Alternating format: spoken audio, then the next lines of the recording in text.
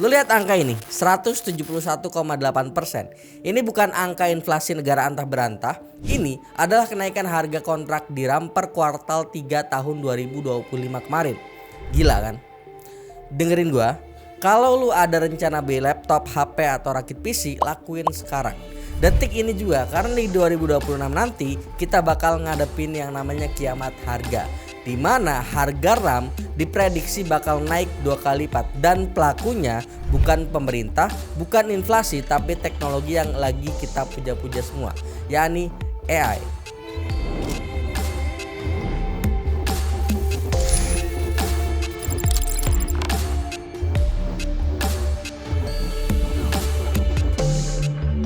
Hari ini gue mau bongkar data kenapa brand-brand gede sampai Lenovo bahkan sampai harus nimbun stok komponen gila-gilaan, dan kenapa HP flagship tahun depan harganya bakal makin gak ngotak.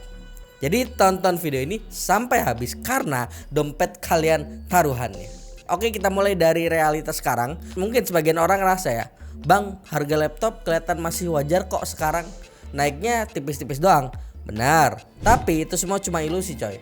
Kita lagi ada di fase tenang sebelum badai. Tahu nggak kenapa harga sekarang masih antang?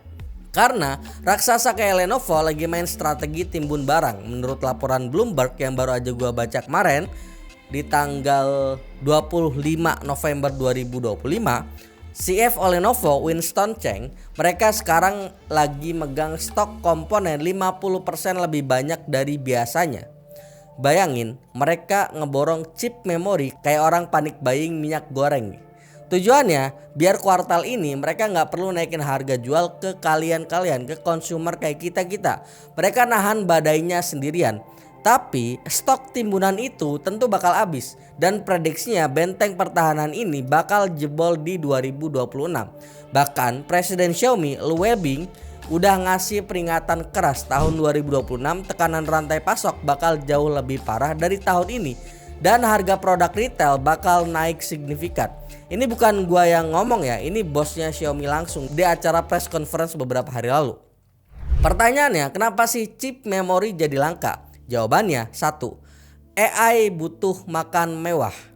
Biar gampang gua pakai analogi ini ya. Bayangin pabrik chip memori kayak Samsung, SK Hynix, Micron dan kawan-kawannya itu kayak pabrik roti. Selama ini mereka bikin roti tawar DDR4, DDR5 buat laptop kita, murah, meriah, kenyang gitu kan. Tapi tiba-tiba datang Sultan AI, Nvidia, OpenAI, Google dan kawan-kawannya. Mereka nggak mau roti tawar, mereka maunya roti the gold leaf bread, yang kita artiin di bahasa teknikalnya itu HBM, High Bandwidth Memory. Nah, apa sih HBM itu? Nah, kenapa dia spesial banget sampai bikin pasar komponen kacau? Biar lu paham teknisnya tanpa pusing, gue jelasin pakai bahasa tongkrongan ya. Pertama, bedanya ada di struktur. Bayangin RAM biasa itu DDR, yang DDR itu yang ada di laptop kita itu kayak komplek perumahan. Rumahnya nyebar di tanah yang luas alias di motherboardnya. Kalau mau kirim data dari ujung ke ujung itu kan butuh waktu alias travelingnya tuh agak jauh gitu kan. Nah, HBM si High Bandwidth Memory itu kayak gedung pencakar langit. Chip memorinya nggak ditaruh menyamping tapi ditumpuk ke atas secara vertikal. Jadi dalam satu area kecil lu bisa nampung data jauh lebih banyak, iri tempat, dan yang paling penting jarak data ke prosesor tadi jadi deket banget. Kedua, kenapa disebut high bandwidth? Ini soal lebar jalan. RAM biasa atau yang DDR atau GDDR di VGA kita gitu kan, di GPU RTX 50 series itu ibarat mobil Ferrari di jalan 4 lajur. Mobilnya ngebut banget tapi muatannya dikit. Kalau datanya banyak ya macet. HBM itu beda. HBM itu ibarat jalan tol raksasa dengan 1024 jalur, 1024 line. Kecepatannya mungkin gak sengebut Ferrari, tapi dia bisa ngirim ribuan truk kontainer secara bersamaan sekali kirim. Kenapa perusahaan AI butuh ini? Karena otak AI, si GPU itu mikirnya cepet banget. Masalahnya selama ini si otak ini tuh sering ngelamun, nungguin data datang dari memori yang lambat.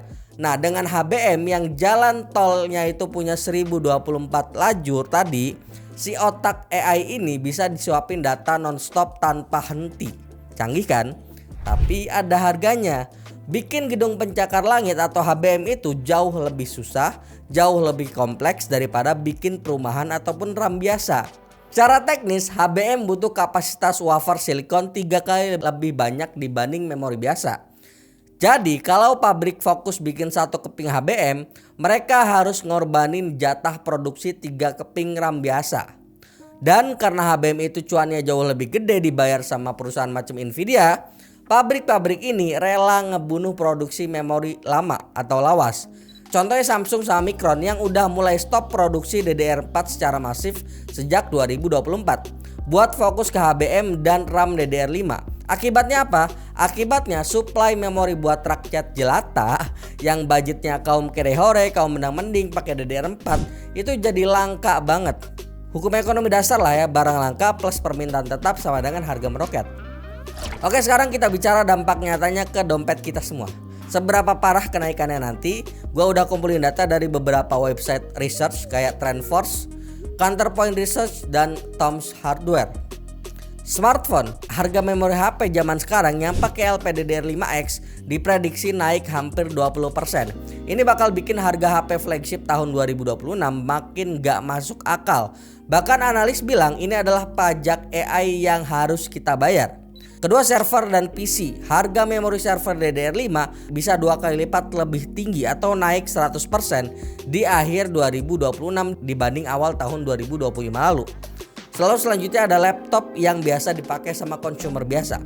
Secara umum, biaya produksi atau BOM atau Bill of Material laptop diprediksi naik dari 5-15% di 2026. Cuma gara-gara memori doang.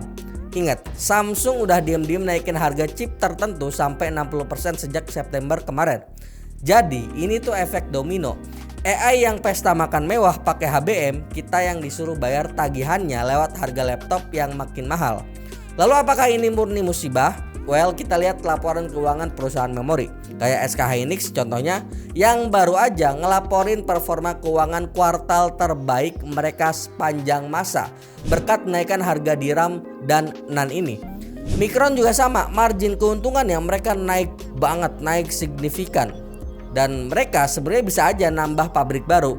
SK Hynix pun bahkan janji mau naikin produksi DRAM sampai 8 kali lipat di tahun 2026. Terdengar bagus kan? Tapi tunggu dulu. Beberapa analis bilang ini tetap gak bakal cukup buat nutupin kelangkaan memori yang ada di market. Kenapa?